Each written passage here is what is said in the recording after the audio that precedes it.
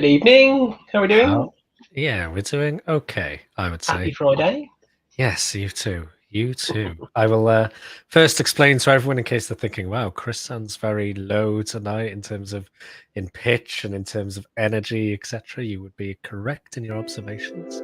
I have had the joy of going through COVID this week, so I may have to pause occasionally if I'm talking or whatever. But yes, it's been one of those weeks, unfortunately. But I hope you get for a speedy recovery, mate. yes, thank you. It's been, like we were talking before going live, it's been definitely waves, but yes, negative today, which is good. So it's just all of the grogginess that comes with it, I guess. So yeah, takes a little while, but back in no time. Congratulations on the new role, by the way. Yeah, it's just been a whirlwind of things recently. There's been like weeks and weeks of travel. There's the new role, and I'm hiring as well. If anyone's listening and interested, take a look at LinkedIn or Twitter. Was at an event last week, won a Millennium Falcon, as you would have seen as well. I did see, and I was very jealous of that. It's sat right next to my desk right here. That's like a full weekend build project. That is. It's a Chris literally needs to get out of the apartment and buy a house project. Just to have the space to have it somewhere. So we should stream it. At some point when it actually gets built, I will. But right now, it genuinely is just too big for somewhere to put it. So that will be a project or something. Yes, I was very jealous when I saw that. Very annoying. You can't believe the shock that I had when I got tagged, being like, because when I was there, people were like, "Oh yeah, someone called Chris as well," and I wandered up, and everything was gone, everything was packed up, because I was giving a talk at the same time they announced it. So I was like, mustn't have been me then. Never mind. Get tagged later on, like, because anyone seen Chris Reddington? Yes, that was quite a good surprise. So yes. Shout out to all the folks who are at South Coast Summit. Great. Sounds like it was a good event as well, wasn't it? Yeah, it was interesting. Like I thought it was a bit quieter in the area where we were compared to last year, but everyone else who was there last year was like, no, it's way busier. So I don't know. You're immune to it now. So. I think my reality filter, is just all over the place. Because there was another conference, Devox in Belgium, just before that. It's been a busy few weeks. Yeah. Yes. But anyways, we're not here to talk on all that stuff. We're here to build stuff. We're here to have some fun. Yeah. We were in a good state at the end of last time. Oh, don't say that. Don't say that. Well, we'd had a win. Let's put it this way. For a change, we had a win. You are right. Things worked in the way that we weren't expecting them to, and were much easier than we thought they were going to be. Yeah, I mean, you could have stopped saying things worked, to be honest. Well, worked is a loose term because things are still broken. This is true. So, as a recap for anyone joining us tonight, a few sessions ago we were trying to debug one of our microservices. We got to a stage where actually we couldn't really progress because I'd rebuilt my machine since we started this all off. Matt's got like WSL, other environments going there. Couldn't quite remember where he configured what. And we were just in a bit of a mess from a tooling perspective. So we decided, invest some time, go for GitHub code spaces. And as a bit of a fun thing there, by the way, I didn't say this before we were going live. I figured, right, you've already got your environment set up, ready to go. I'm going to wait until I start streaming the countdown. Right. And see how long it takes. And even before the countdown was over, it was ready to go. It's just awesome. So yes, development environment's ready to go. So we, I think today, have to continue a little bit more setup. Yep. And then we're going to try and get into that debugging again, aren't we? So I don't know if you wanted to share yours first, mate. Yeah, can do. Bring that one up. That should be mine. So where the point at which we got to was we were setting up the player state service to be able to run locally. And what we ended up doing actually last time, which was the pleasant surprise for both of us really, is that the player state service needs to be able to talk to a storage account. And that means typically having a connection string to the storage account that's hosted in Azure somewhere. Yep. And like all good developers, we don't want necessarily to be checking connection strings into our repository, partly because Dependabot and cred scans and all those kind of things will start screaming at us if we're not careful. Plus, it's just not a good thing to do. Minor point. So we wanted to make sure that actually we could still use that service in a secure way. And GitHub has GitHub secrets that you can use for actions, but there is also a separate set of secrets for code spaces. And what happens is the minute you do, you declare a secret for a code space, they get injected as environment variables. Indeed. When you start your code space up. And we hello, keep that running. We knew that we needed to have that component set up, and we knew that the Dapper components we were using supported this idea of a secret store. And one of the secret stores that was available was a straight up thing called the environment variable secret store, which means we can declare a component called the environment variable secret store, and then in our player state we can say, let's use that secret store to pull in our values from environment variables. Now it's all secure because we can't create code spaces unless you're invited to the repository and a member of the organization. Is that right? Yeah, it depends on where, what repo you're using, etc. But yes, effectively, you've got to be the right permission level, and you've got to be part of the organization to actually create the code space. Yeah. So we've been able to do that, which means that in theory now we can do, what was it, Dapper run. Oh, I need to go into CD source, CD space bar.player date. Dapper run. It's Dapper run minus D. Yes, the components, wasn't it? Dapper components. / Dapper components. Yeah. And then .NET run, isn't it? It is indeed. I think that's right. Yep, that looks good. Please. There we go. And this is the beauty, right? Is, since last time we've done 0. Yep. And that has just run perfectly. And you can see it's loading the environment state secret store there. So it's pulling that through, and there should be another one there for, there you go, component loaded player state. So we're bringing all those components in. So typically what you would do is when you would run this in something like Kubernetes, is that those component files would be defined up front. So they would be deployed as resources on your cluster. Same with container apps, which is what we're using. We actually deploy those onto the container app environment, independent of our application.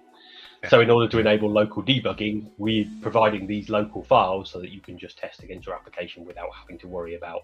So if we wanted to use like a storage emulator or something like that, like an Azure type storage emulator, we could absolutely do that here rather than having to rely on external. Good. So to get then to the state where we need to get to, we want to test our world events engine. We were just talking before going live that we probably need to set up a few more components. Component files, don't we? So yep. So I think actually I don't think there will be much, because I think the only thing, so this uses storage queues. So we can reuse the same thing that we had there, and table storage. So this has got effectively 3 files instead of 2 this time. So nice. So we could do, what are they called? World-events and world events. Brilliant. One is a binding, by the way. Yeah. So we need to copy those into here. And then we're going to keep that one as it is because that one will be the same. And then this one I'm going to change to be... We still have states, don't we, I think? We do, yes. Is that right? Let's just double check that a minute. So yeah, we got state table storage. So this would be the world events table. So this would be, let's put some convention on this. Let's go table. Yep, that works. World events. And then we just need to change the table name to be exactly both of those. And then 960. That one. And that should be it. That's the first one. And then the other one will be a binding, won't it? So it would be a queue. In fact, let's binding world events. And let's call that one a table store. So we know what they are. Here now.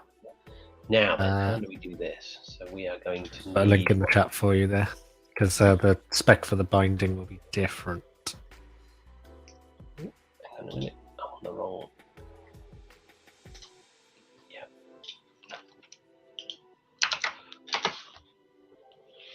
Okay, so we can lift all of that, and although I do need base 64, so we'll lift that one. Queue binding. Place all that. We're gonna need that one in, and then it should just work the same as the other one in terms of the secrets. So our binding there is called that one up there. That's the one. So it's called world-events this time. We're being inconsistent again. Yeah. Nice. Love it.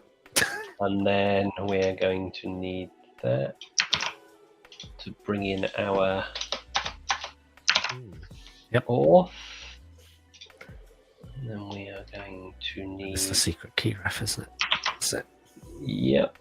Which is going to be that one. Right. Yeah. It's just tut space storage for the account name. Account name, that one. Tut space or tut high? As in the word space. Oh, okay. Yeah, good point.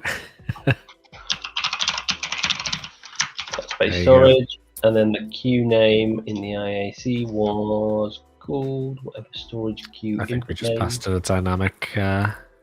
Storage queue input name, world events queue, apparently. There we go.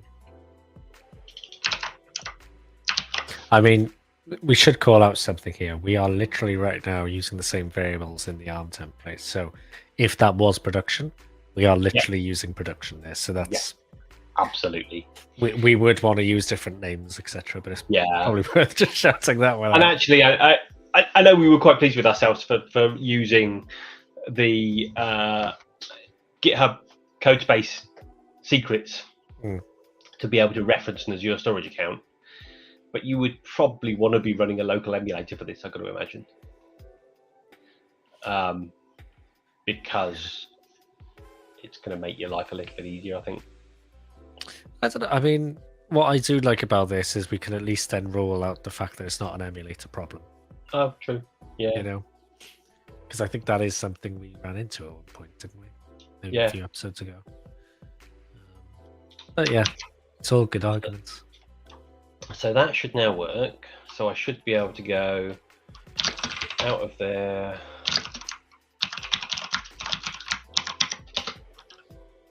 And then run the same thing again. Yes. And hopefully we should have, let's check logo components, mstore, finding world events, component loaded, storage queues, world events. Yep, they're all loaded. Nice. It seems to be playing ball. So I should be able to drop a message into the queue. Yep, and something should happen. And see what happens. There we go. So it's initialized. Took a bit of time to initialize there, interestingly. Yeah, I think the .NET ones take a little while because it has to do its build step as well. I think the difference between that and the Go one is it's not doing a full build at that point, is it? Okay. So if I go onto my storage account, onto my storage browser, and onto my queue, and onto my world events queue, and we add a message, and we don't base64 encode it, and we just paste in just some numbers, then we should see in my code space. We need to stop the one that's running in production. I was thinking that. I was trying to think, is that going to cause a problem for us? Yep. Oh. Why is nothing being read right now?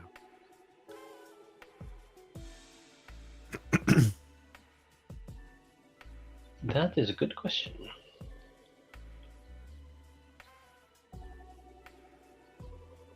I mean, let's stop everything in production for now, anyway. Just yeah.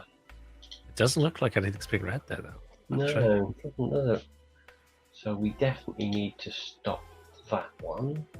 Yes. I should just delete that. Can I not stop it? If you go to revision management, you can probably scale it to 0, I guess, can't you? Well, it's in a failed state anyway. So. Yeah. And there you can check active on the right, I guess. You got to have at least one. But yeah, you're probably right. You probably want to. Oh, well, this goes to traffic anyway. Yeah. Dead anyway, so yeah. So why are we not getting anything out of that? That wasn't the problem I was expecting to deal with today. No.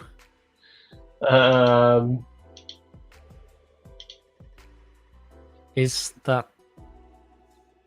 Yeah, that is the correct queue there, isn't it?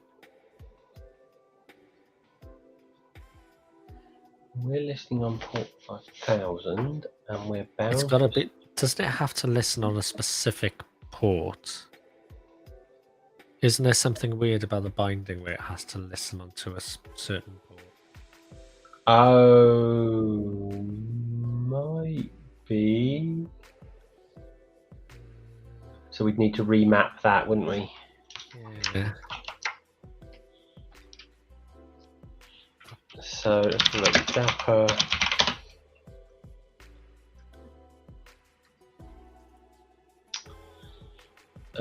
So we want Dapper run, don't we? Yes. So we need to tell it what the app port is. I think we need to do minus P5000, don't we? That's what it seems to be running on.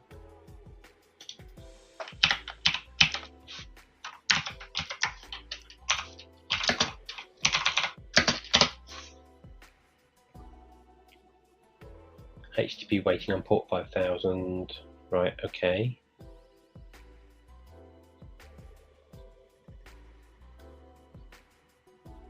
There we go. We had a message through. Oh.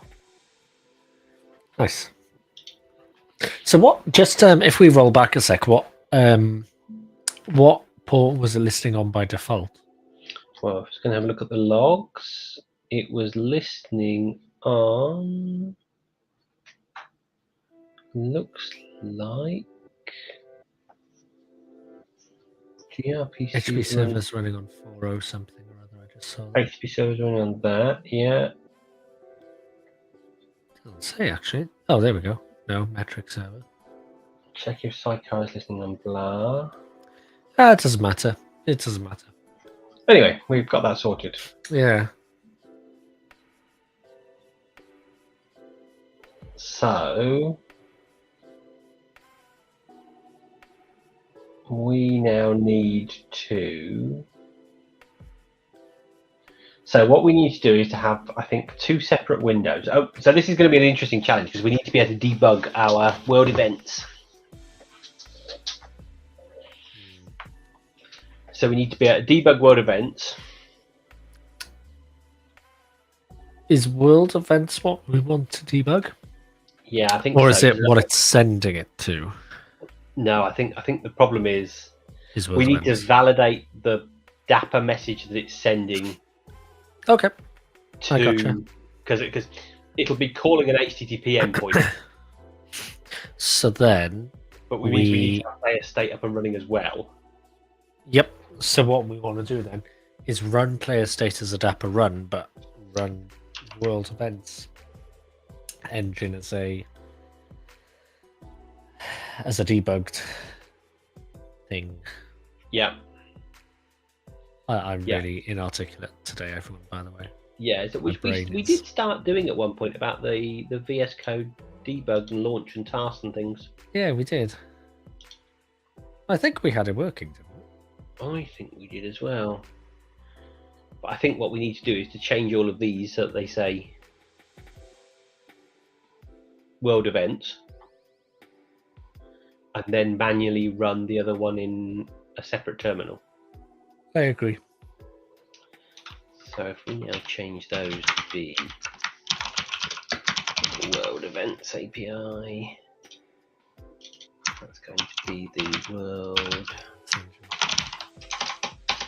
events engine. I'm going to be really picky. Can we change the name to world events engine?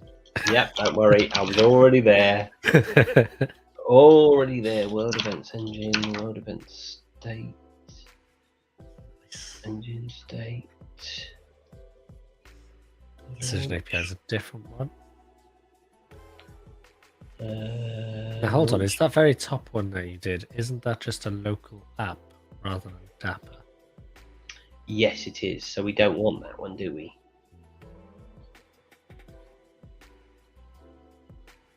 We could just copy one of those ones. And... Yeah, which one do we pick? That's Go, isn't it? So we don't want that one. So we probably want the other one. Yep. So if we just change that one then. Dapper debug world events. World events engine.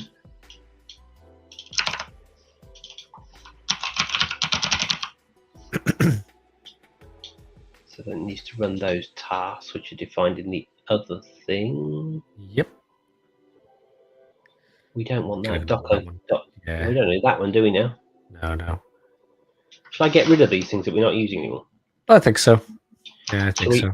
Should we focus on only the things that we actually need? I think let's leave the others for now. Because inevitably those we'll come back to. But that one was like a Docker debug thing. Yeah.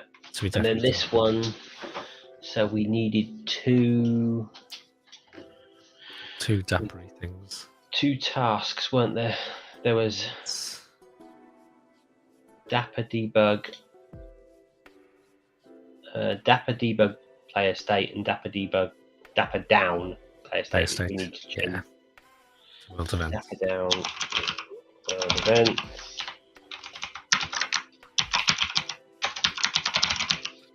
Oh, what's it called actually when it's in Dapper? Did we give it a name? I don't think so. This is the dynamic thing. I don't think we did.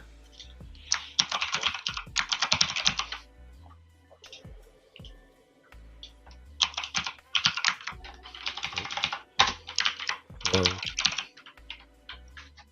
There we go. So that will run on port 5001. Oh no, that's port 5000, isn't it, for that one? And on line 56, you've got depends on build. What is build in that file? It's a .NET process, so that just needs need to become those. Cool. That should be it, isn't it? I would say so. So let's try running that first. So debug. Launch world events engine with Dapper. Run. What? Dapper debug world events.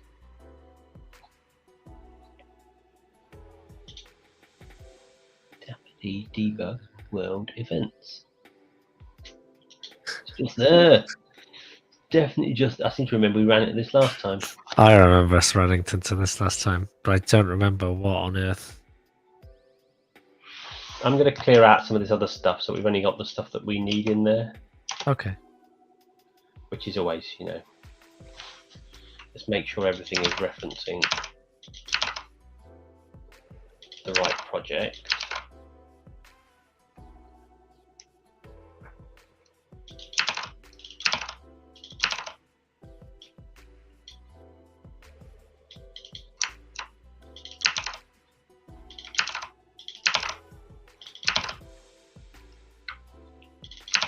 Wow, there's a lot of nonsense in there. It really is.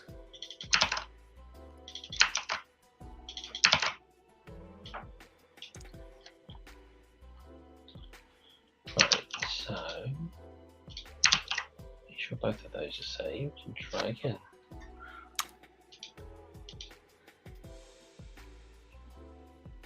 So it looks like build, publish and watch are the only tasks it can see.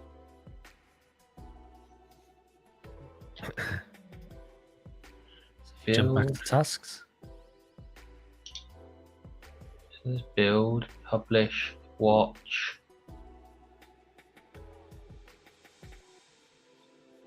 And then What happens if you get... If you just remove the depends on line 45, just humour me for a sec, and then remove everything above line 40. Yeah. Well, and then try it. Yeah. Nah.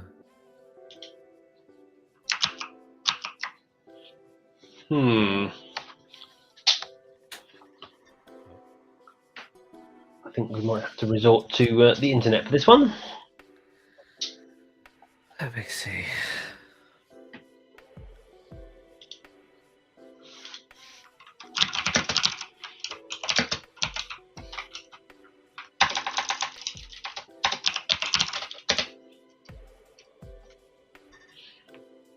Is there an extension we're missing? We've got the Dapper extension installed, haven't we? Yeah, the Dapper's running. I'm just wondering whether or not there's a... But the Dapper extension, have we got that installed? Because we'd have the CLI. Have we got the Dapper VS Code extension? I don't think we do. We're going to have to add that to the... Oh, no, we have it. It's there.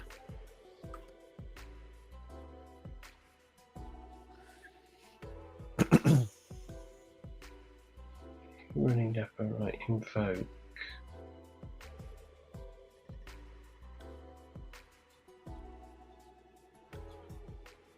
Right, multi-target. Using it, you can debug multiple Dapper applications at the same time, which does sound like what we need.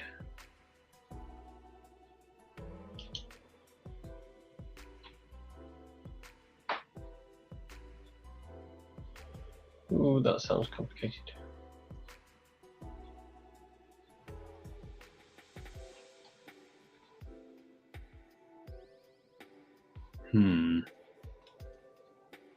Let's try just go back from scratch, I'd say. Hmm? Let's try and go back from scratch and just can everything that's in those launching tasks. What, kill the project, kill the two files? Yeah. Shall I just delete them completely? Sure. Why not? I mean, they're in source control. We can always revert if we need to. Yep.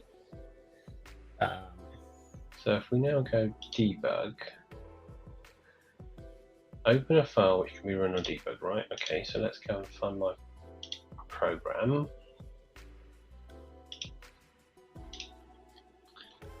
And we're going to go there. But isn't there something, if you do command Control Shift P, isn't there in the Dapper extension something about generating? So if you type Dapper.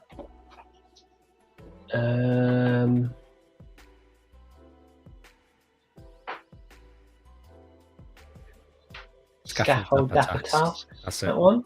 Yep. Ooh. VS Code Dapper. Scaffold Dapper Task not found. I think that might be a problem. Yeah.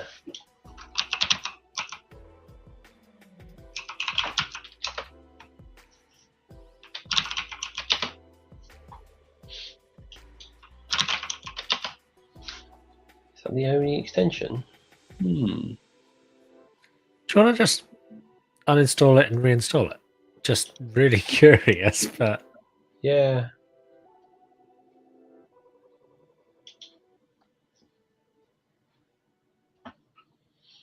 Dapper runtime. Scaffold Dapper Task. Yep, so it should be there.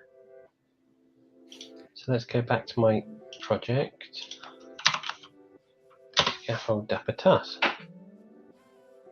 open a folder or workspace with a folder scoped debug launch config. So first we need to have some tasks to build World Events Engine. Right, okay. So I should be able to do generate C# assets for build and debug. Yep.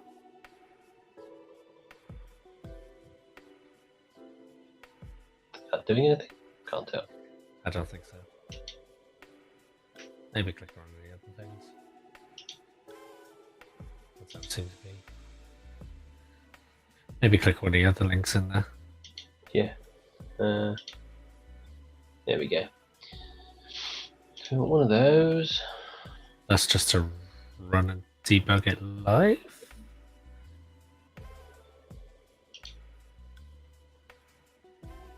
Has that created the files though? No. I think that just did a live, like, do it now, please, kind of thing. Show all Create. automatic. All that. Right, okay, we've now got a launch JSON file.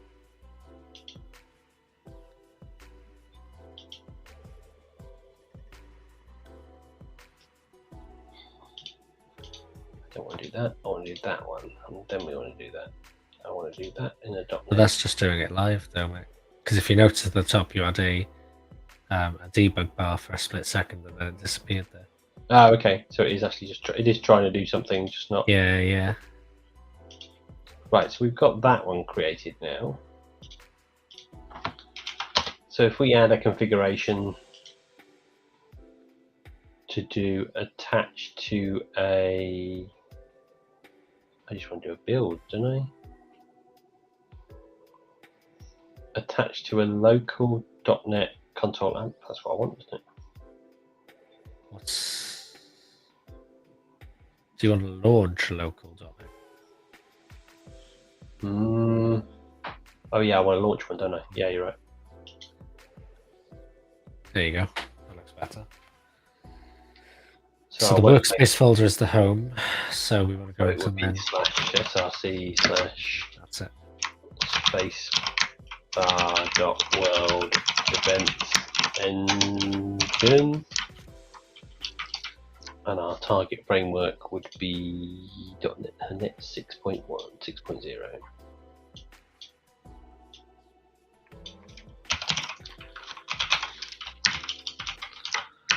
Just spitting out that.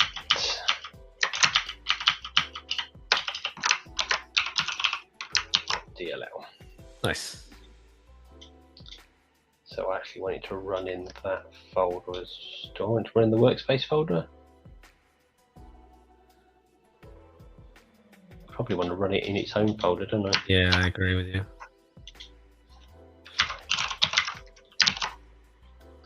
So if we now try and debug that one, that should. So I can't find the task to build now. So Right, now so we need to now create the tasks.json. Create that from a template. It needs to be a .NET Core build. Yep. There you go. That looks good. I think Yeah, that's right. the problem from last time. It was all hard coded in so many different places. Yeah. Okay, so the app will now run in a local .NET build context. If your terminal comes back. There we go. There you go. Yeah. The current project does not contain a solution. What? Oh yeah, because it wouldn't do.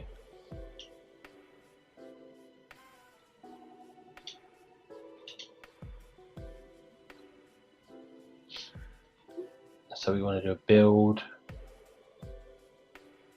Should do. If you jump back to your launch JSON, you're looking in your workspace folder source. Spacebar World Events Engine, so it should be there. Yeah. So you just hide that bin folder, that's it. There's the solution file and the SLN file. Now is it because the program is going for the DLL? That line 12? Should be a DLL, won't it? It'll be Spacepad at World Events, so it will be a DLL. So that's the program it's going to launch, but it should do its pre-launch task first, which will build the thing. But it's almost like it isn't looking in the right path. Yeah, exactly. Specify a project or solution file. The current working directory does not contain a project or solution file.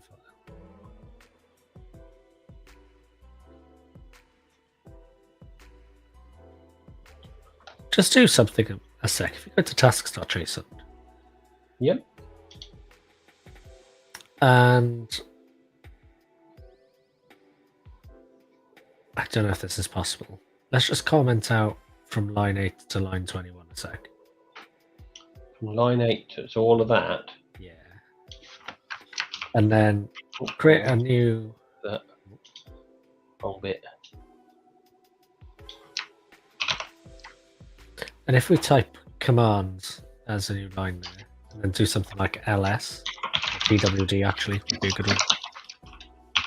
So just like something like that. Yeah. What, then try and run it? Yeah, exactly.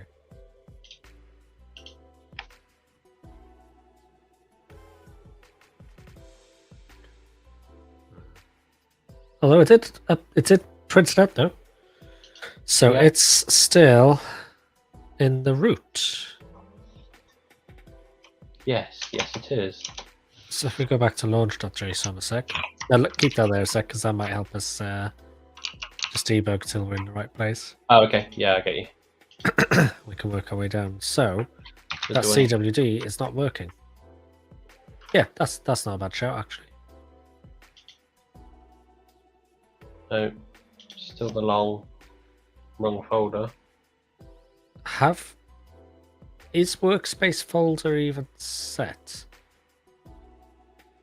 Like if you did the same thing without the Well, let's workspace just folder do- there.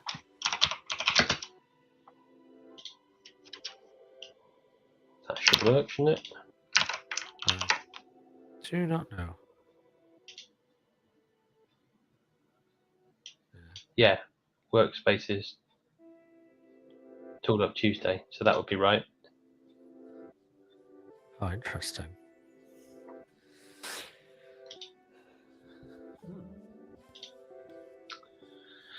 So is there a... No, so that... I wonder if we have to specify a workspace folder for... Because I seem to remember actually when we looked at this before... It does look like there's some kind of bug. I'm just looking on GitHub. Someone's raised an issue. So if you look at what we had before, I seem to remember... Yeah, you had a workspace folder in there.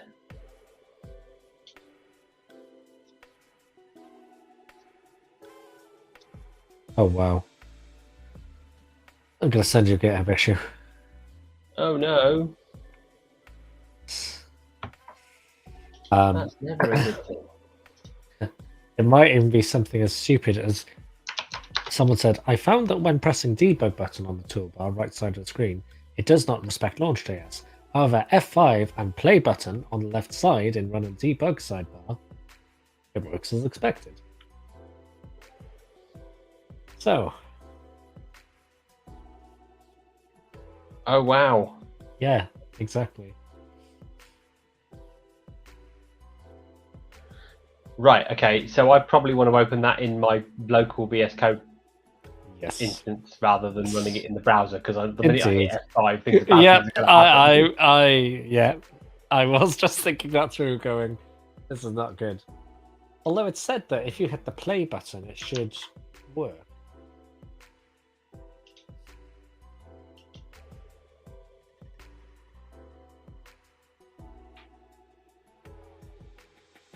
Seems to be doing something.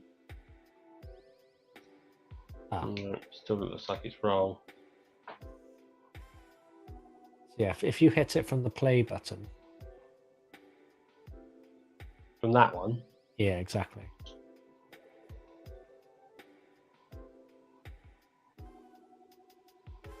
That seems like it's actually trying something this time. Yeah. Execute the task ls, yeah. Let's just re-add all that back in again and see whether or not... Well, that's really frustrating if that's the case. If you scroll down...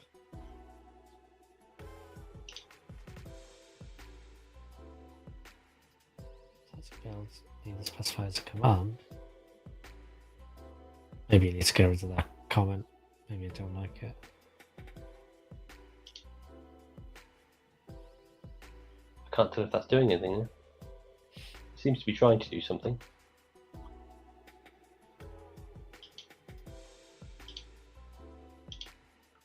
Debug console. I think you split your terminal, by the way, there. Yeah.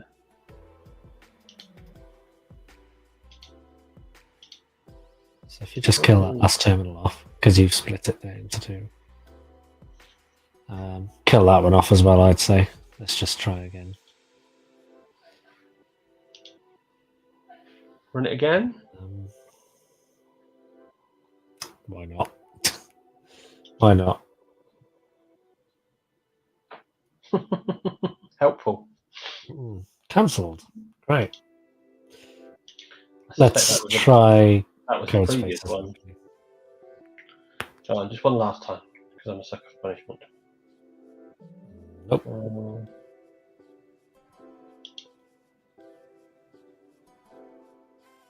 Yeah, no, it's still complaining about the... So what else was in that? It's all pointing to the same thing. Yeah.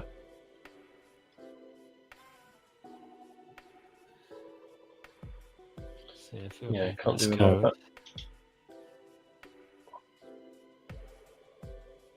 Well, that's a pain. It's very annoying, actually.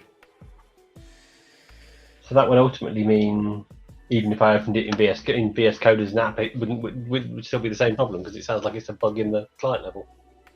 No, F5 should work, is what I said in there, I think. All right, let's try that then. Supposedly F5 should work, by the way.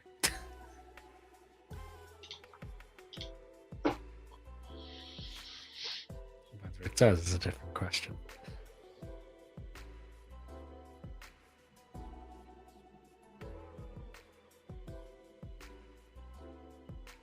No, it hasn't. You lie.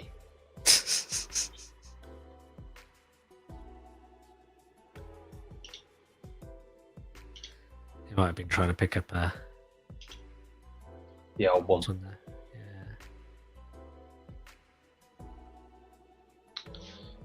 Yeah. No, that one.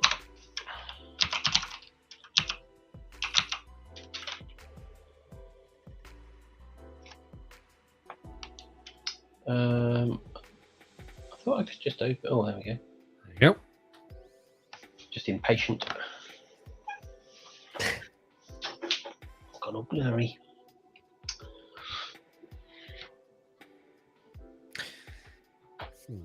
So I'm just trying to think through this.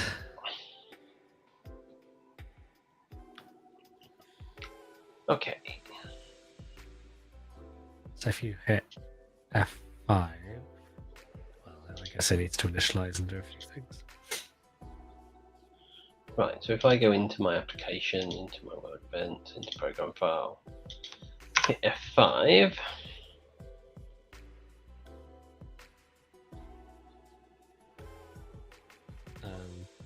bring up your terminal. Don't want either of them. Too many extensions. Now it's installing OmniSharp, which is a good sign. Show again. If you jump into the terminal tab, two along there as well. I think it's Looks quite like it's hoping to do something.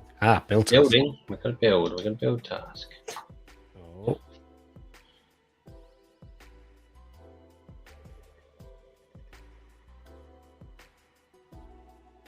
We had fail build again. Paths. Okay. And if we just revert the tasks file back to that PWD or LS or something.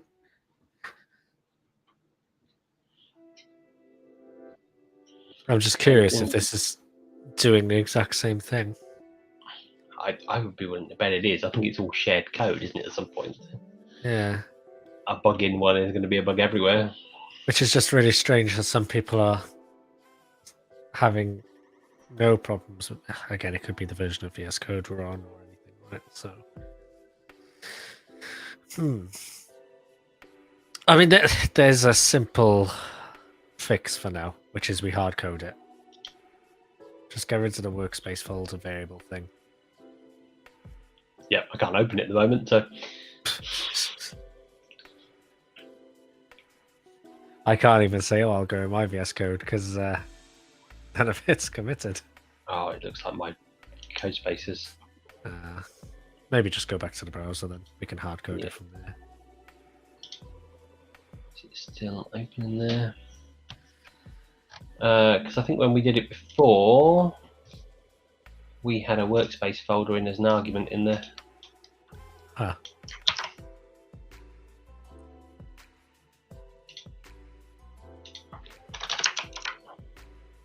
Oh, I wasn't even thinking that. I was thinking if you undo that change, and if we just hard code it in the launch.json. Oh, okay. So just where? use... Oh, no, actually, sorry, my logic is flawed. Nope, carry on as you were. You were right. So I think if you stuck it in there and we did world event engine, I could spell, which I can't. I now get the logic between launch JSON and tasks JSON now, though. Yeah, I think I do as well. Yeah. Task is more like the repeatable cookie cutters, whereas launch is like the instances of the apps or whatever. One's like a workflow, one's like a task that are in them. Yeah. Context and executable, I guess. So in theory, then, if I run that, that's now building. Nice. Or apart from that bit. I'll find debug adapter.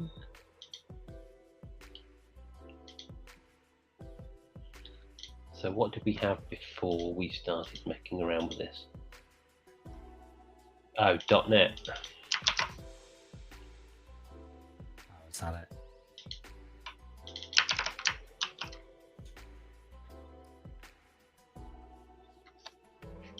I've got to resist the temptation to hit F5 Yeah, in a code please space don't. window. Install .NET extension, yeah. Is that what I need to do? It just said that, yeah. There's a button. That should be on anyway. I would have thought. Oh. Oh, hold on. Is that what we want to do, though? If you just run the debug again, it came up with a blue button saying install.net. Oh, okay. So if you do that. Ah. There's a .NET extension pack just below as well. Okay. Ooh, that brings the interactive notebooks. They're really nice. I haven't used those. Okay, that's That's fine. I guess. So then if you build again, I mean, it's still saying it doesn't like it.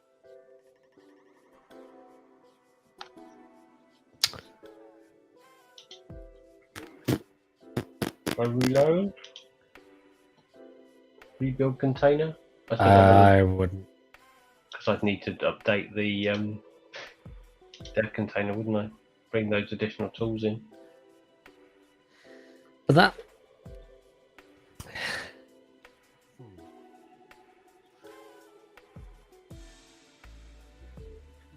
What is the difference? Like, what is .NET? Like, what were we using before?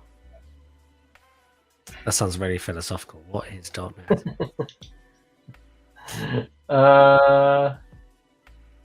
So we were using the command line .NET. Did you install the C# extension for VS Code and get the debugger extension? So try just typing debugger. Debuggers.net was the category. No, it is the C# extension, actually. Yeah. Using .NET 6 builds of OmniSharp, starting with is that an option to build OmniSharp? Now, it did come up with a message earlier that said I needed to restart. Okay, let's try it. What I'm worried about is that if I how would I do that in a code space?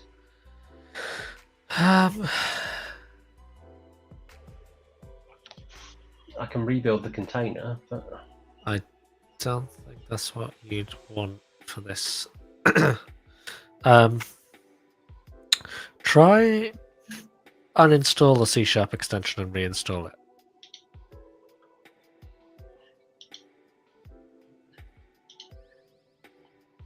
Oh, cannot uninstall. Oh, so you need to install the .NET extension pack first. The one below it, where you are. Oh, the extension pack. Yeah. Because they were installed as part of the extension pack. What was it? C#, wasn't it? .NET extension pack was the first one.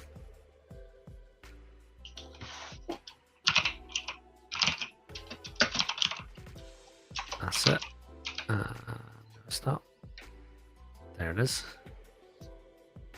Is it? Extension pack for Java, .NET tool. No, it wasn't that one.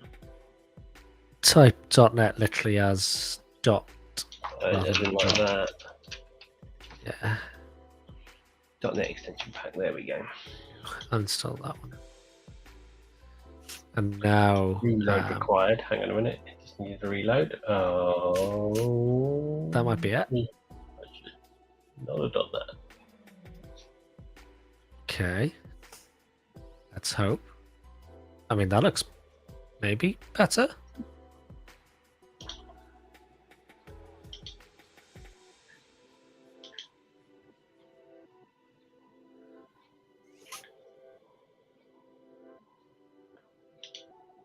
Don't care about Kubernetes. Not there. We don't care about those. I've got a build task there. Is that an old build task? Well, it seems to be running, doesn't it? Yeah. Right. So now I need, if I install bring C#. You don't need the .NET extension pack. I'd say just install C#. There we go. That's now installed. Right, let's try that again.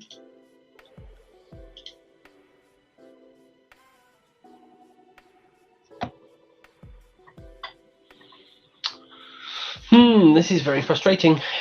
It is.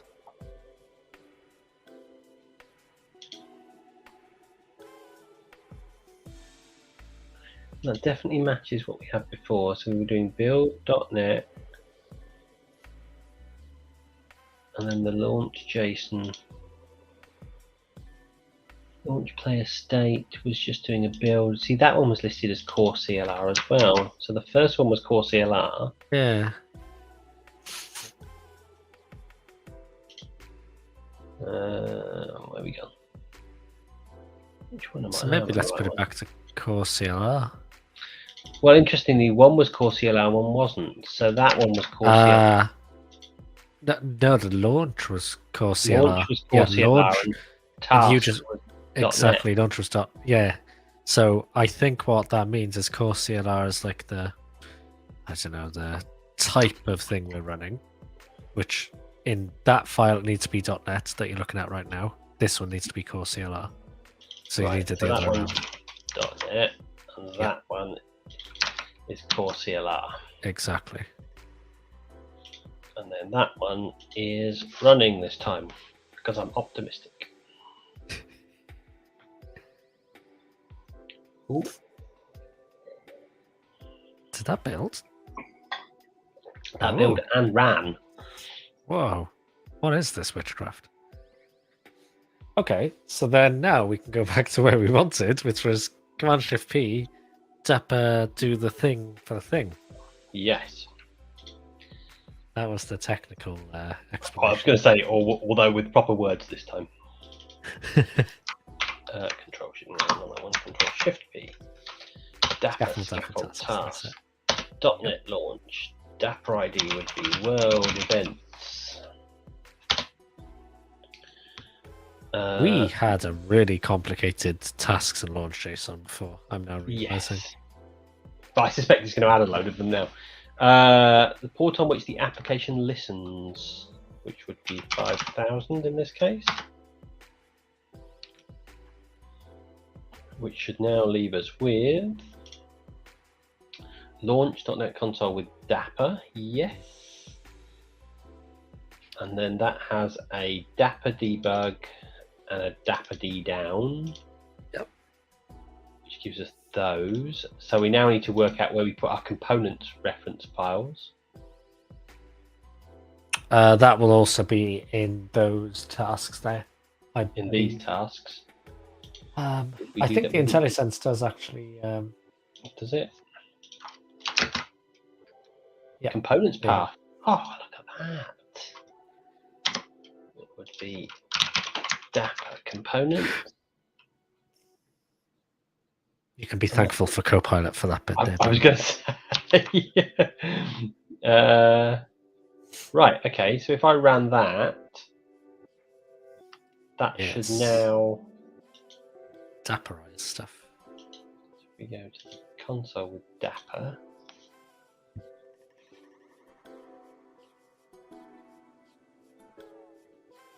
And I should, I mean, even with the other thing, DARP. What happened there? No, application wrong. command. DARP. DARP. DARP components. Best kind Great or good.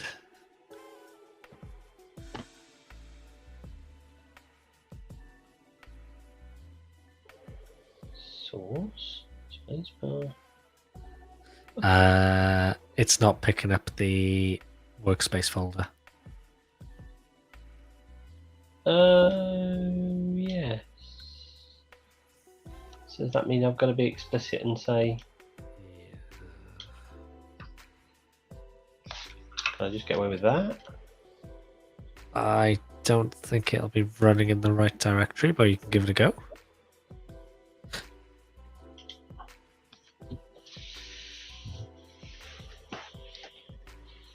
I am wrong. I like it when I'm wrong for the right reasons. I'm curious as to whether or not that's actually loaded them. Component loaded world events. Yeah, it pulled them all up. Right, okay. So in that case then, we should be able to now stick a breakpoint on that bit there.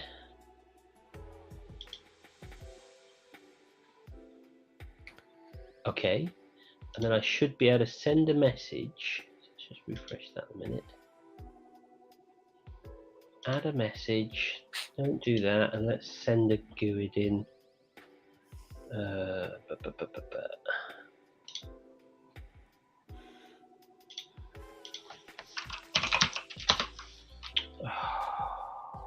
What's the command generate a GUID in Bash? Is it UUID? I think we've done this before, haven't we? I'll just do a generator somewhere. Asking me questions like that on a Friday night is not fair. Good. There we go. That'll do. No, UUID would be go. Right then, so we should now have.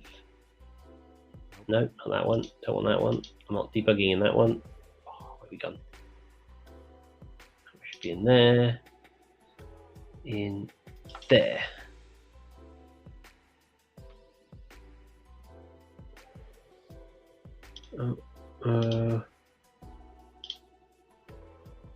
It's not that one. It's not that one. That one.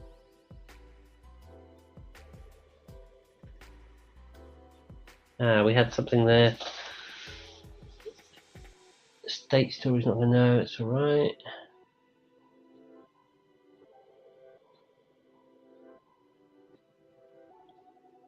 Application discovered on port 5000. Yep, that's right.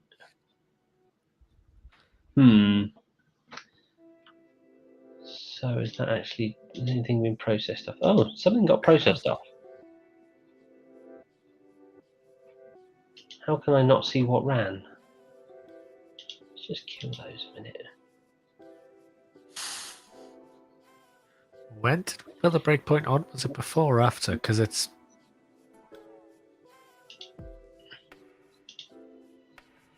It should be on the receiving of the message.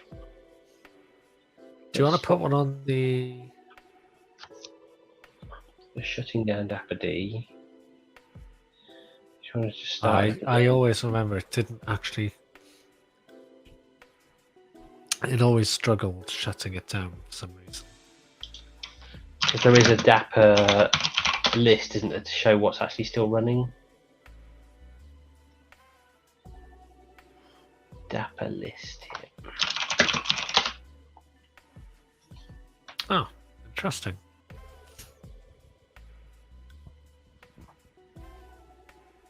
Oh, I think that's. If you do PS -AUX, then a grep on Dapper. PS-AUX, like that? Lowercase a, yep. And then the pipet's a grep, that's it. With Dapper. Yeah, there's still stuff running.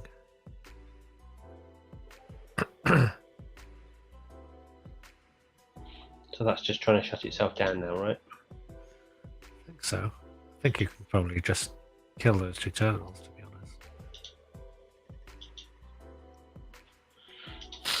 All right, let's try again.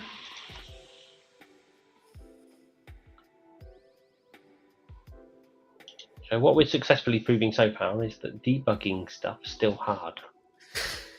Yes. But again, that's part of the purpose of all this, isn't it? Yeah. Right. No.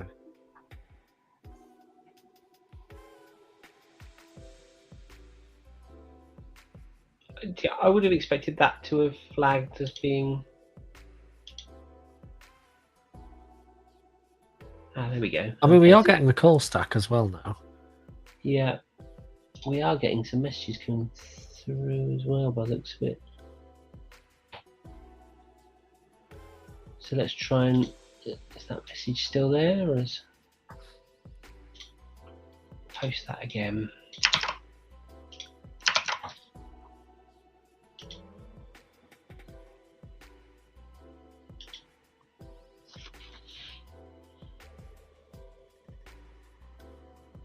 We're getting it, it just doesn't look like the debugger's attached.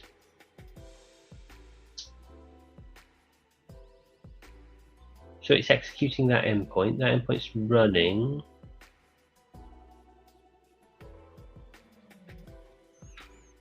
It's not a message type thing, is it? I wonder if it needs to be specifically formatted.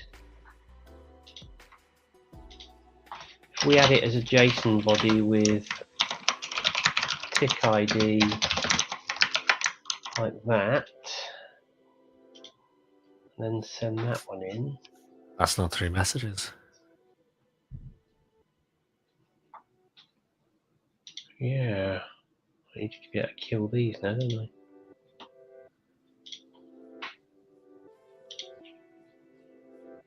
I Go away. regardless of the message, it shouldn't matter. It should still You flag should the still breakpoint. get. Yeah, I wondered whether or not because it wasn't. There was nothing explicitly to say it was the tick ID. I would have expected it to have automatically mapped it, but I'm still unconvinced on the kind of map post that lightweight API syntax stuff. I this don't know stuff. why. Yeah.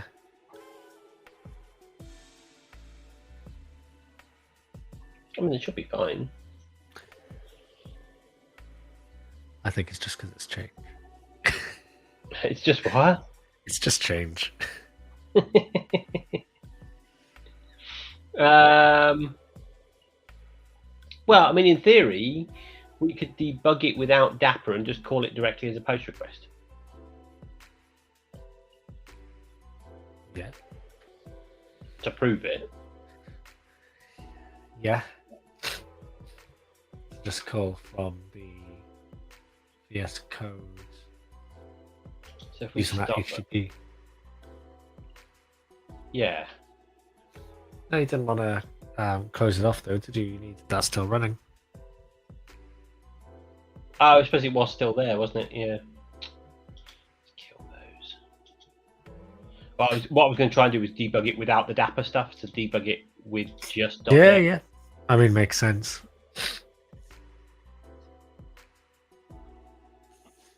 I'm with you. Just use like the HTTP REST stuff that we were using before.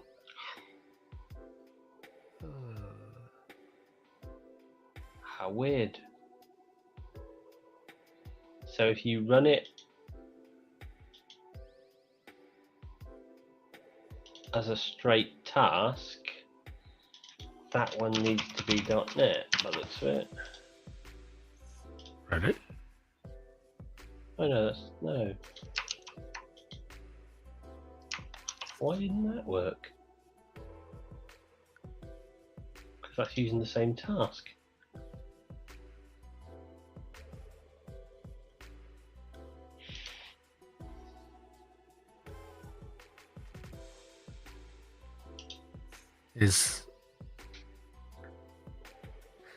I'm perplexed by this now.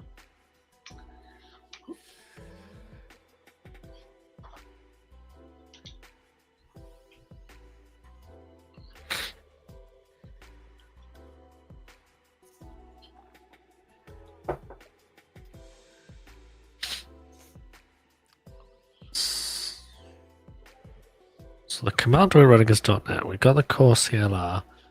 Is the C# extension still good? Still there? Yep, seems to be. Okay. Let me try that Dapper one again. Because you're right, I should just be able to call it directly.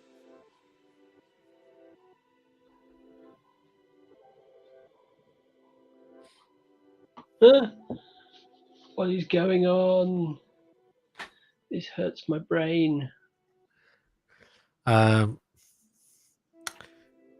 If you do ps-aux again and then grep and then look for like .NET or something like that.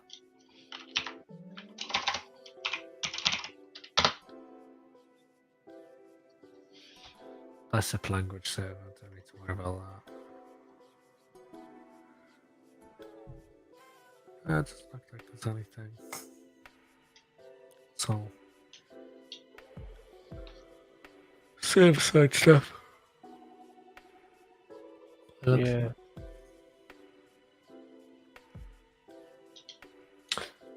Try. So if you go back to the, is that running? I don't know now. Let me try again. This is the Dapper launch, the one that was. Notice the difference of where you're running it. You're now running it in the World Events Engine folder. The other one was in the main folder. There we go. Okay, so that's not it. But if you just scroll up in that terminal window there. Yeah. Terminal. What was the .NET line above? All projects are up to date. Blah blah blah. Terminal will be released by tasks. So the interesting part about that is it's not actually running .NET. No. So it is just running an empty. Yeah. But I would have expected that task to have scaffolded Yeah. that bit up.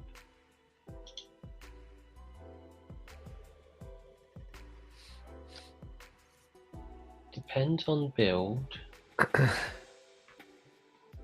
And if you just break a new line, Anywhere in particular?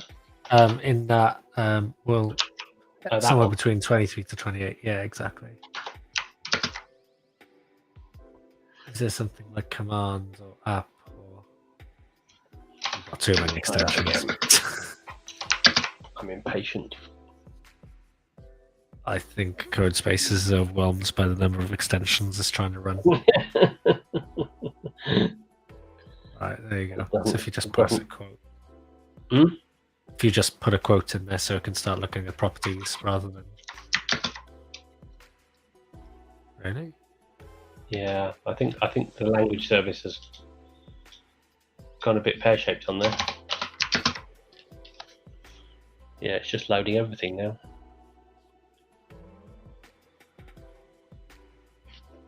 Actually, let me get rid of the bicep file that's there, which I think might be causing... Yeah, it almost looks like the bicep service is loaded. Now it's brought in everything.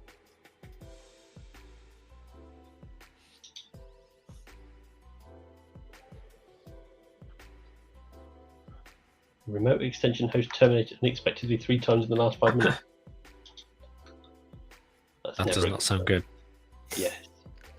I don't think this code base is well.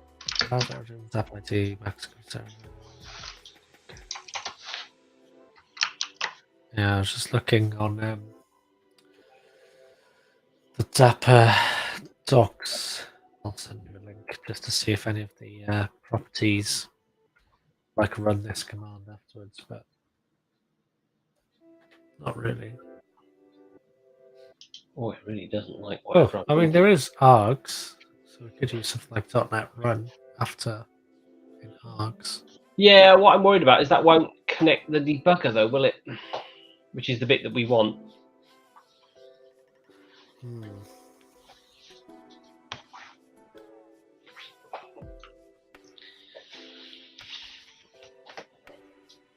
Yeah, you would expect it because we're using the depends on thing that it would run and use that debugger already. Yeah. Configuring launch. Right, okay. This is for multi... Oh, no. You're right, okay. Yep. It sets the environment variables, yeah. Configure tasks. App ID is node app. It's not... No, I thought it might be an issue with the app that it's trying to load.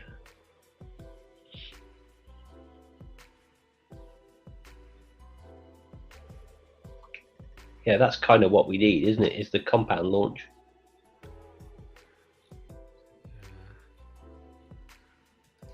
I'm just looking through.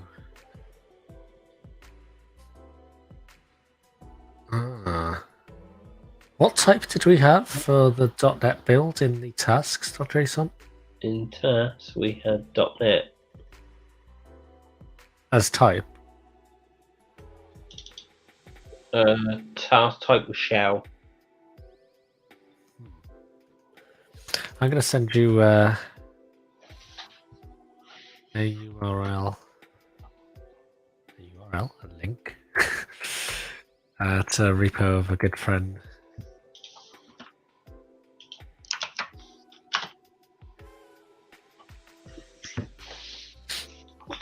this is where Donovan does his Dapper demos. Okay. And he does some cool stuff in terms of scaffolding up the environment and setting up the demos as well. Yeah, so there's the build.net. Exactly. And he's interesting, he's got the workspace folder in there as well. Yeah. And But what I thought was interesting is he's got type as process. I don't know if that's... We can try it. I'm open to anything, to be honest.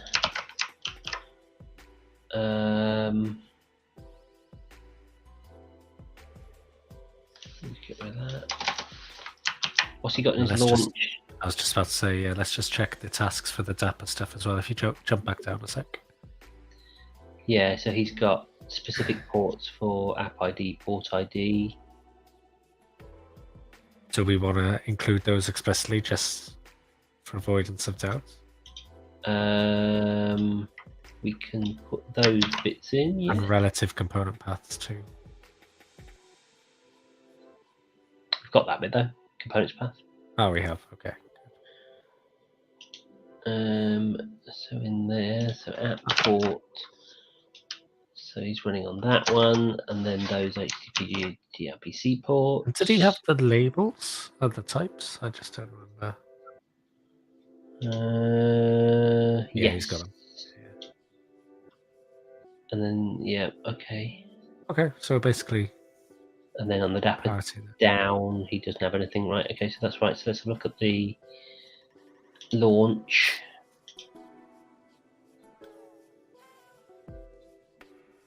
Env. It's development. We've got that now, haven't we? Don't think so. But we'll add it in because he's a far smarter man than I am, so...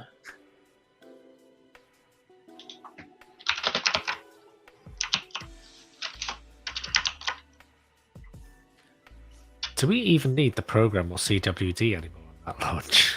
It's just not doing anything. Yeah, he's still got it in. He's still got it. He's still got CWD as well. Interesting. And core CLR, it's listed as well. Yeah. See what happens. Oh, we're back here again.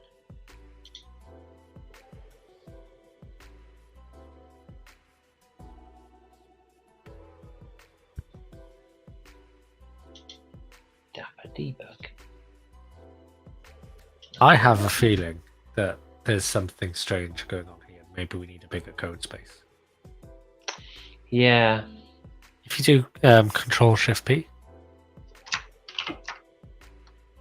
type code spaces.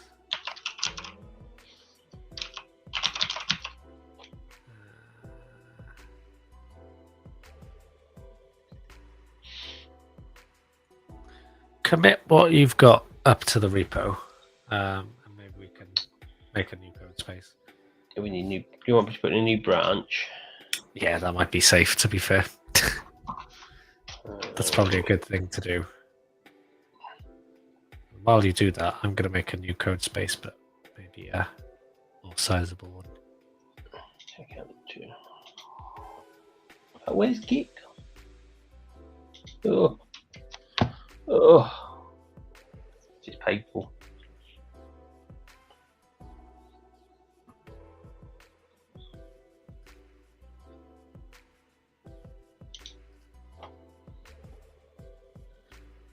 I've disabled that. Let me go to the crowd. Check out -B.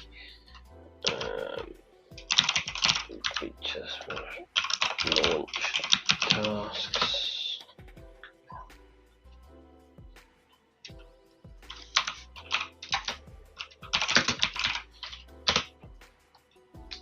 Oh, git commit not found.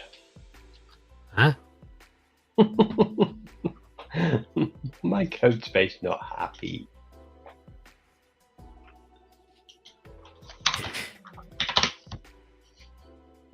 You really not happy.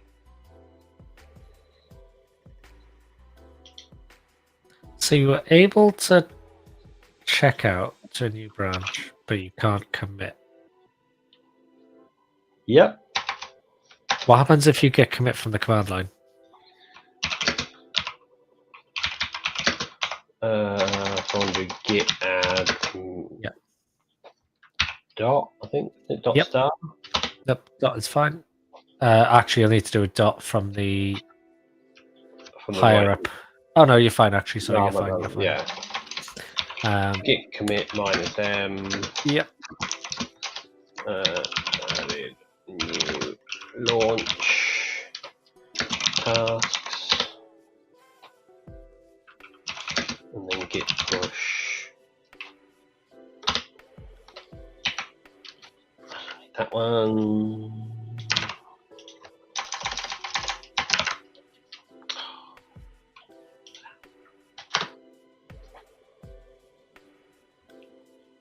Just to make absolutely sure, that should have added to the repo. Yeah, there we go. Right, so that's now in. I am just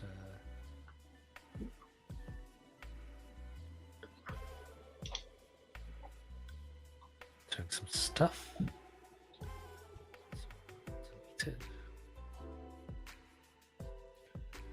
My code space is called Ideal Waffle. Mine had quite a cool name as well. I can't remember what mine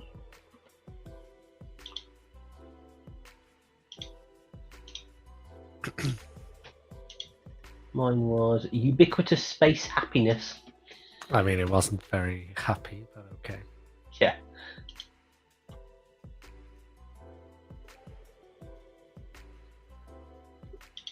I also wonder whether or not, because I've got.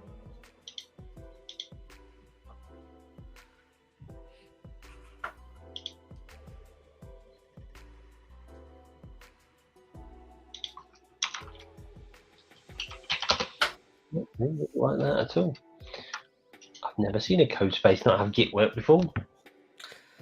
I think it was just the sheer amount of extensions that you had going on in there. I think he just got overwhelmed because it seemed slow even from the start. There are quite a lot on there. Yeah. But is that like that must be the base image though, isn't it? No. It'll be synchronized from what you've got installed on your VS Code. I didn't think. I thought the whole point of the code space was it only brought in the ones that you needed. No. So the ones in the dev container JSON are what's recommended for the environments and what it recommends to install. But because you're signed in with your GitHub account on your VS Code local and your code space, it also synchronizes the experience between. Ooh, is there a way you can prevent that? Yes, by updating your extensions locally to say don't run globally kind of thing. Oh, right, okay. It's just my fault then. The only reason I know is I've killed machines before just having tons and tons of extensions, and I was just kind of watching, going, "This feels like," because like look at how quick mine's loaded here. Yeah. In comparison. So yes, there we go. So what were we doing? We were going to go and try. So you should be able to go and debug. Yes, debug. No, that's testing. Where am I going? Debug. You need to get branch the first. Yeah. That's the one. Let's try just that one to begin with. Let's not be adventurous here.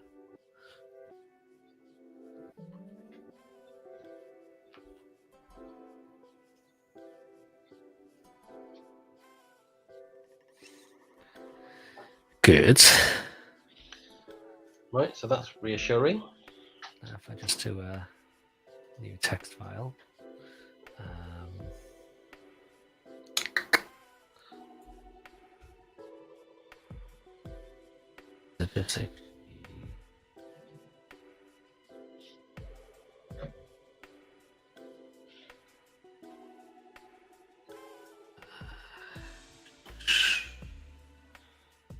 I can't change you. So I'm just going to do this.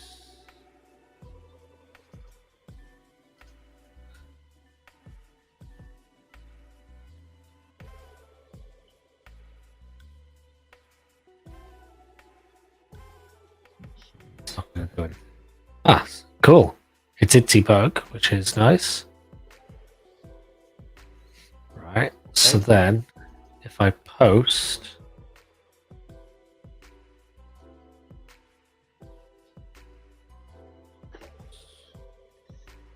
You're doing player state at the moment, are you?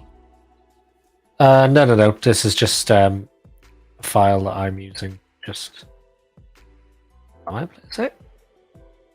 Tick Oh, ID. World Events Engine. I'm literally just Yeah, using so that file. it'll need to be a path. I think the path is world-events. What do you mean? If you look in the main.go, Oh, sorry, like that. main program.cs, sorry, it's /world-events. Yeah, it's got a hyphen between because again consistency. And then tick ID. And then some GUI, yeah. Bad request. Bad request. But is that hitting the? So this is the question now. So, World Events Engine, source. If you stick a breakpoint on.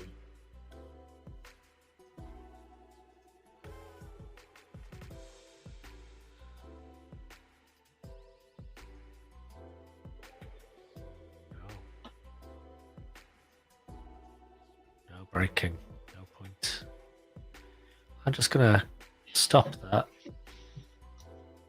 and re-debug, just in case there's something weird. Ah, now we got a breakpoint. Okay. Good. So now, if I hit that, no. So I think there's something weird about this. And breakpoints are just ignored. Because if you noticed, when I spun the app up, it hit this breakpoint. But when we're in runtime mode, it's not getting to any of this. Oh, what if it's because it's async? It's an async lambda.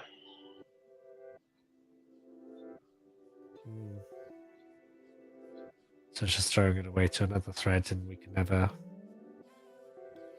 Yeah, that the debugger can't get to, which is bad, but Can I just get rid of the async just to try?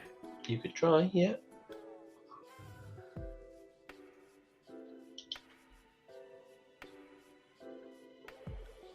Error exists after. Uh-oh. Oh yeah, because it'll now be complaining because there'll be await statements in a non-async.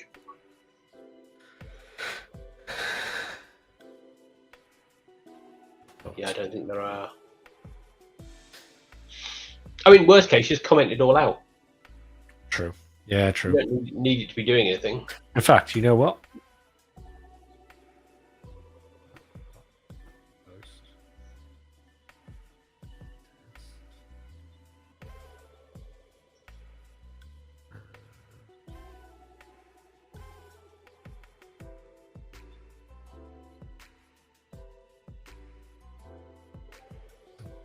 That'll do. Thanks, Copilot.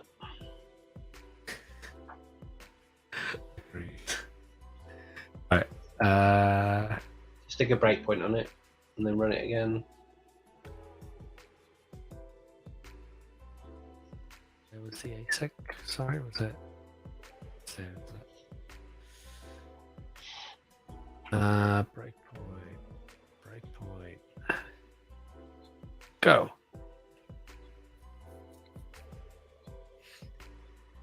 Spins up. Freezes. Go. Good. Change your request to be test. Yep.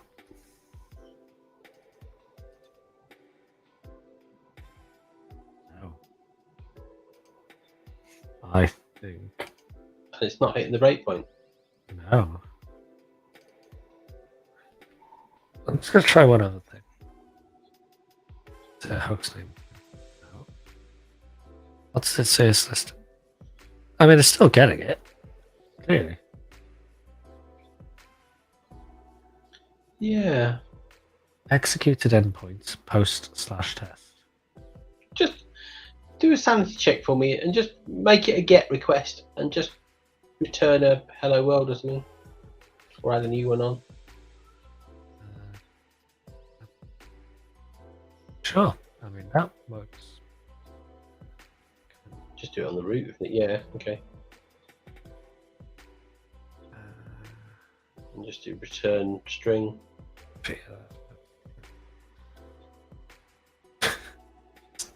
Stop it. There we go. Try that one.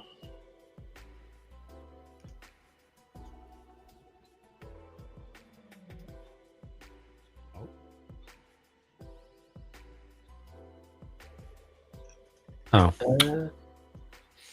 Yeah. Thanks, Copilot. Yeah, thanks, Copilot. Okay.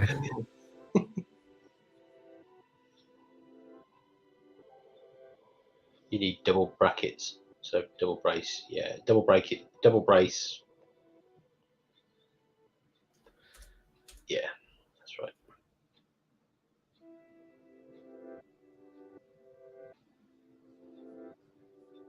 What?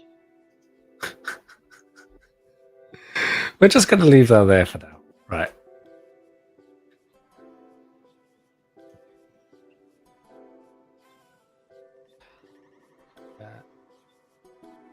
Have you got a breakpoint in your hello? Just out of interest. First, let's just check we can even get to hello. Yeah. Right. Good. We got something.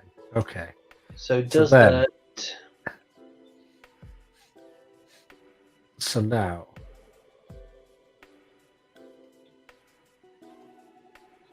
Great. We hit a breakpoint.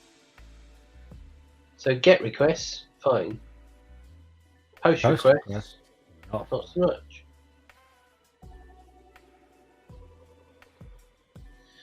Just annotate that with like a from body attribute. so like this. No, the parameter, so that the GUID tick ID. So it's in front of GUID. Yeah, you need to put it inside the brace though. So it's literally an attribute applied to the parameter. There you go. Try that.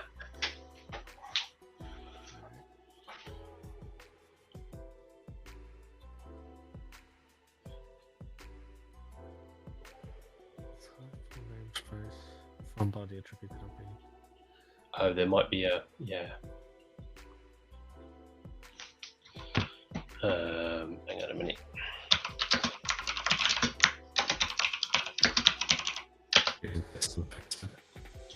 Fixed it. Oh man, can't speak. From body is in Nope, did not fix. parameter binding. No, that should be right. That should just work.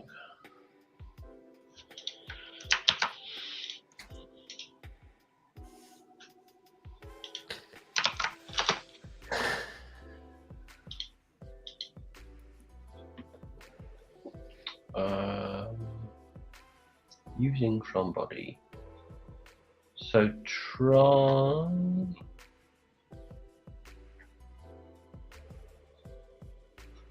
Yes.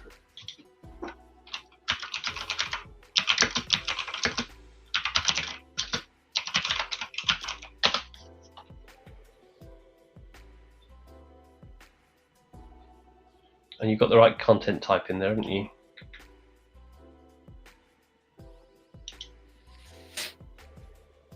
In the post. Post, yeah. So it's application JSON, so that's right. Map get working reports, setting reports, interfaces, blah blah blah blah blah.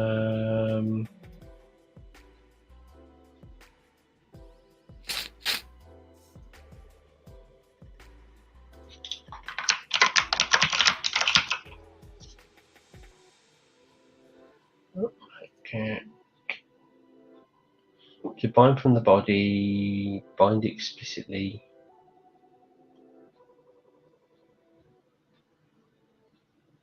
That should just work.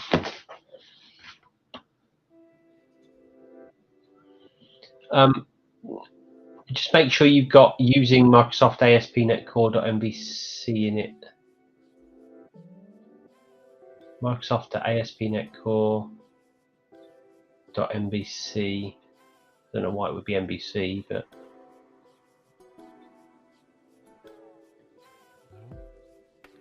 Debug. from body attribute is in. Oh no, it's compiled it. Okay. Right, so now let's try the test one again. Nah, bad request. Which means I think the routing isn't right. I think it's trying to route it to a message, but it doesn't, or to an endpoint that doesn't exist, which is again weird.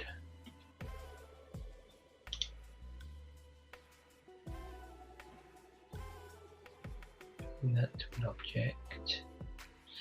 Try doing instead of from body, try doing from query, and then amending it to be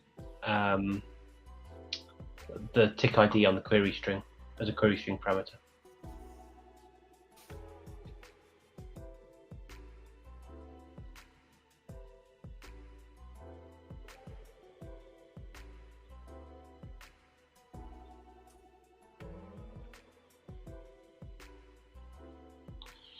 Then I think I'm going to have to call this a night.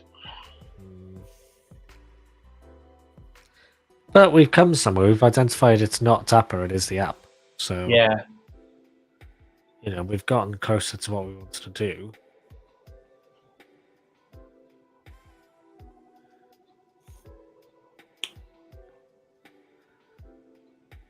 It's just not calling through, is it?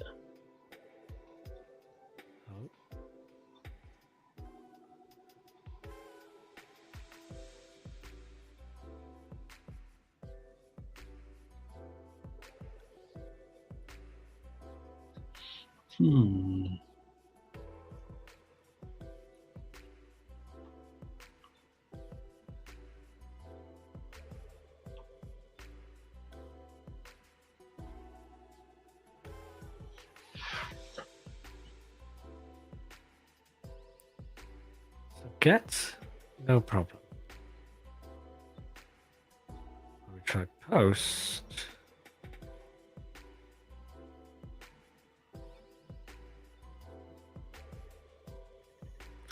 It does even say executed endpoint post / test. Yeah.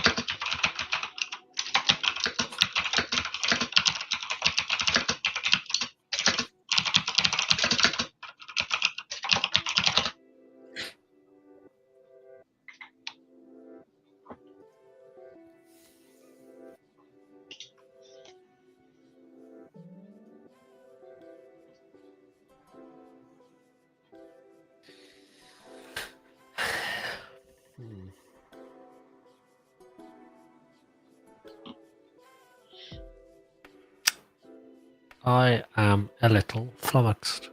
Yeah, you and me both. I think we're going to have to take this one away and see if we can figure it out. Because as far as you can see, this would just be... I can't understand why the get would work and the post wouldn't. Yeah.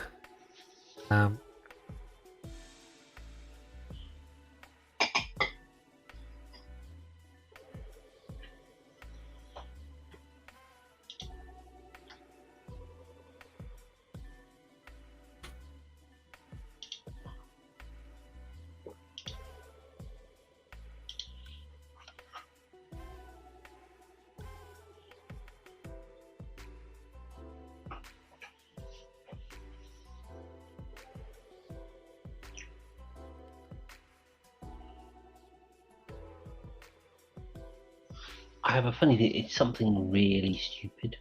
Yeah, that's kind of where I'm going with this. Like, is there some kind of configuration up here that we should have done? That's what I'm trying to just look through some examples here.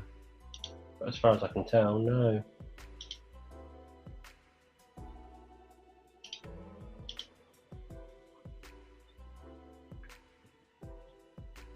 Web builder, app build. That's all you need to do.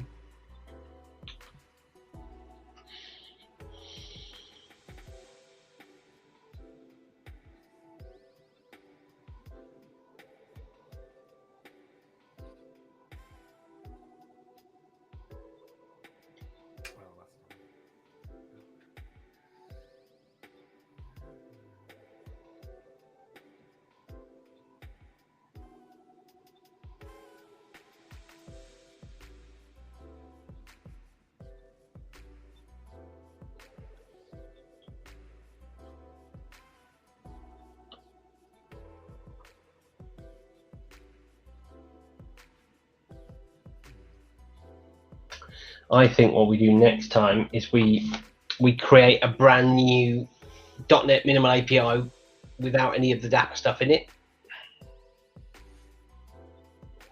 I mean, I could just do this. Or you could just delete them all now, couldn't you?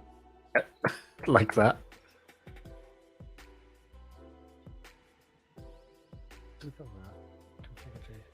And just add a get and a post in.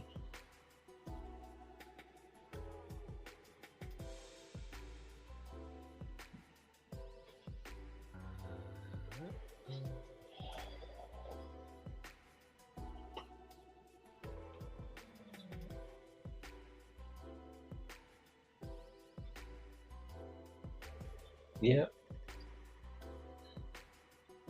Except you probably want to break it out into functions so you can debug it.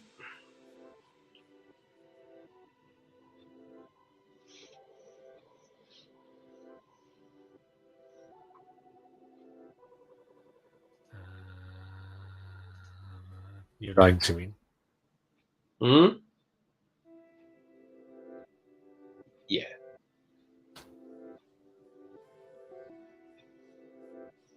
Slowing down here.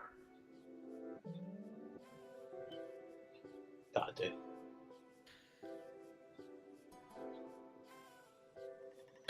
There's that. If you, just replace all that async at the top there with just GUID and tick ID. Or just do it with string, actually.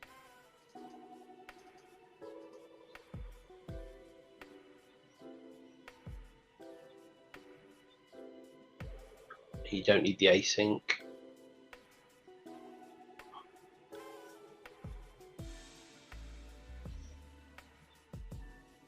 Yep, and breakpoints on both.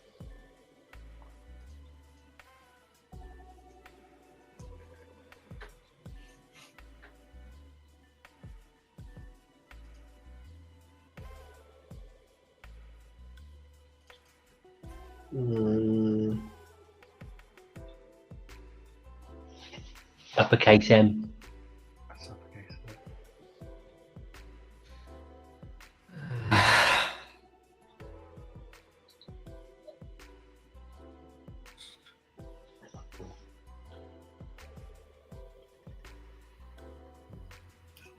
Yeah, what's that serializing options you added at the top? Yeah, I just added from one of the examples there. Gonna get rid of that.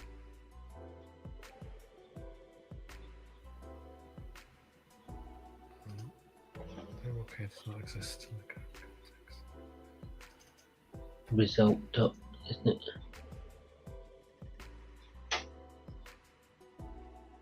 Results, capital R, results. Okay, that's right.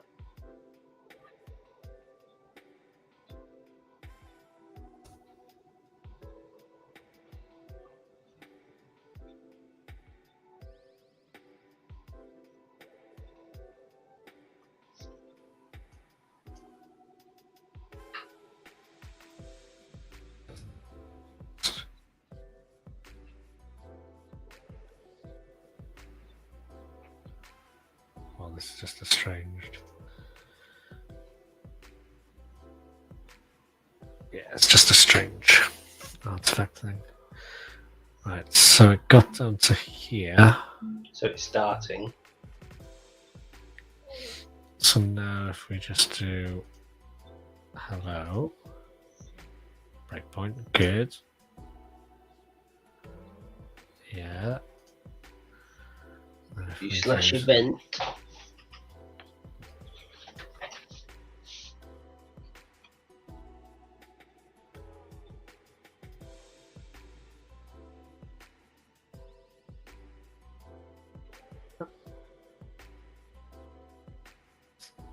Yeah. Yeah, you've got to put it in as a. You've got to put application JSON. Oh yeah. Right.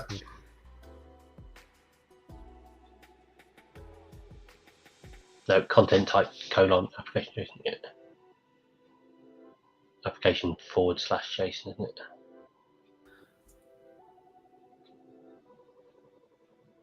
Still, it's not liking it. Bad request.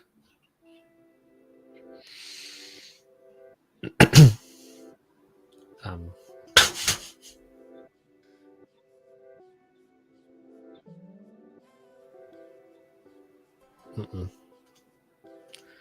There's something with this routing. Just get rid of the JSON payload for it, and just leave it as a string, and then change the content type to what would it be? Form encoded. Yeah.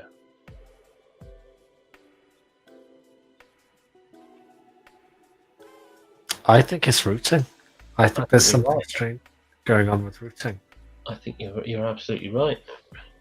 I don't know why this one would be different from what we had. Oh, we do it with controllers for. Is there a built-in thing where you can do like show routes or output routes or something? I'm trying to think. There used to be a package you could install that would do it.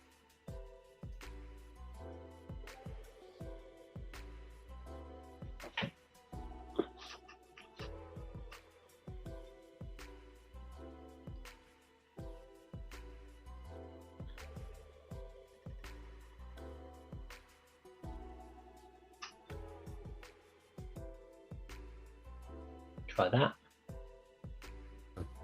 Package though.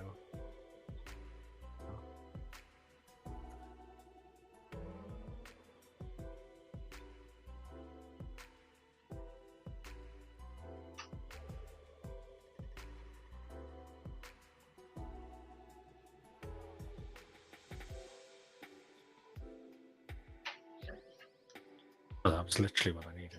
Yeah. I should have.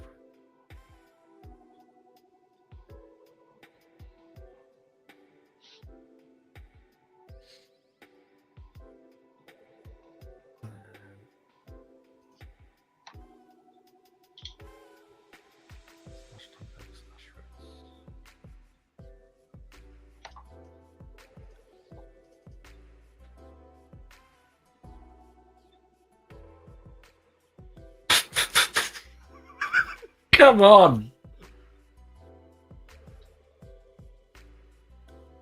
Wow.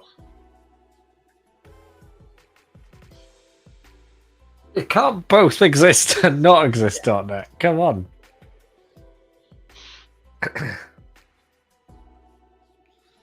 So is there anything different in .NET?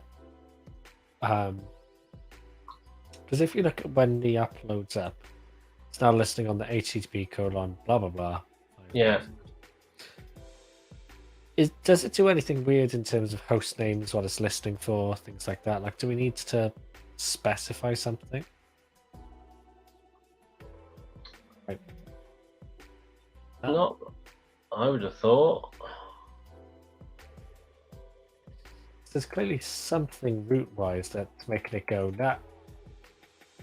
What That's happens the if wrong you place here, sorry. if you just do colon? To actually just get rid of the IP altogether. Oh, okay.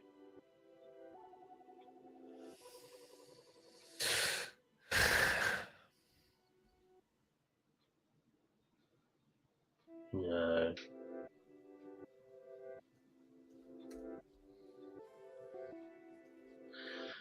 When you in code spaces, it creates you an endpoint, doesn't it? It creates you that's exposed on a publicly accessible endpoint.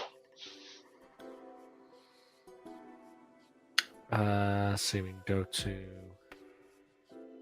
this as an example. Yeah, or just do a request to that.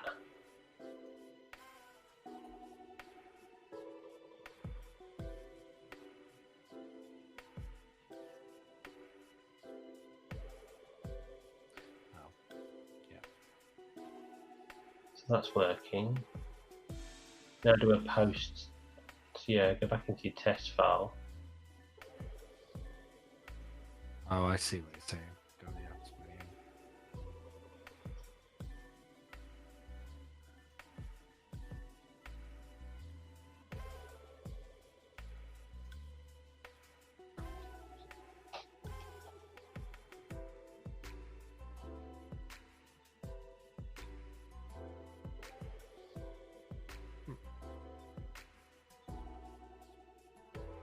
Okay.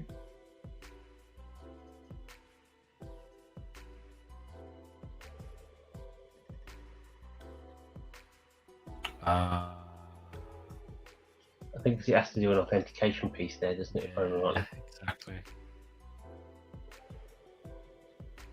So that won't help us. Actually, no, it can. Visibility. Have a look.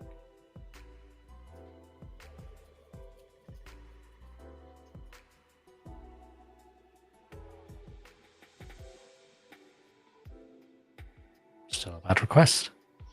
And there's debug groups. You've got a couple of Yeah, fine. Telling you, I'm not liking minimal APIs. It's because you don't understand them. I will say this is weird. Something not right. Yeah. Because like, there's barely any code in there. Like, you know, scaffold out your app. Yeah. Build. Log they've started. A get endpoint. A post endpoint. Another get endpoint that works.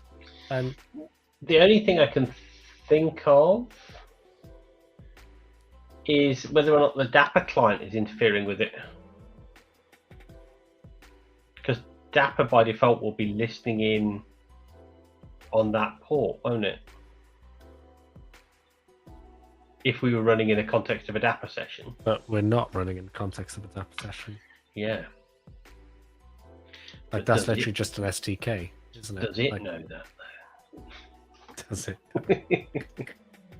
I feel like you're really clutching here.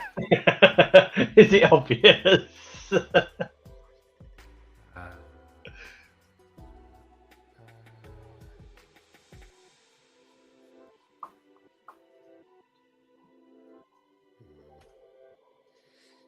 I'm not liking minimal APIs. I think it was a poor design choice.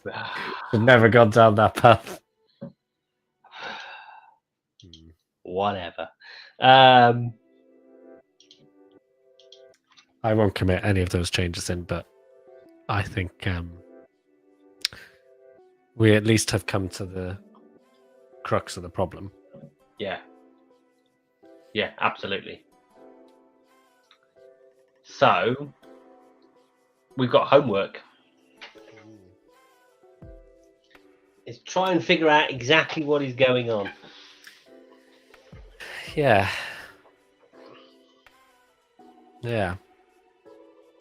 So not the entirely productive session we were expecting tonight, but